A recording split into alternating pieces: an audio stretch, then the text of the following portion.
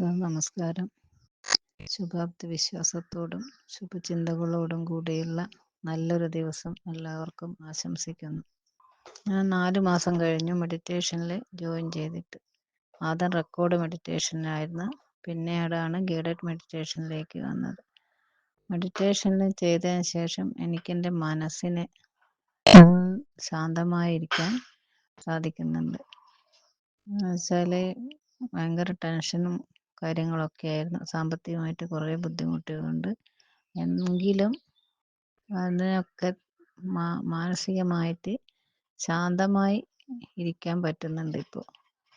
അത് തന്നെ വലിയൊരു കാര്യമാണ്. സാറിൻ്റെ മെഡിറ്റേഷനിൽ കൂടി ആണ് കിട്ടിയത്. പിന്നെ എന്താ പറയേണ്ടതെന്നറിയില്ല. കുറേ ബുദ്ധിമുട്ടും പ്രശ്നങ്ങളൊക്കെ കുടുംബത്തിലുണ്ട്.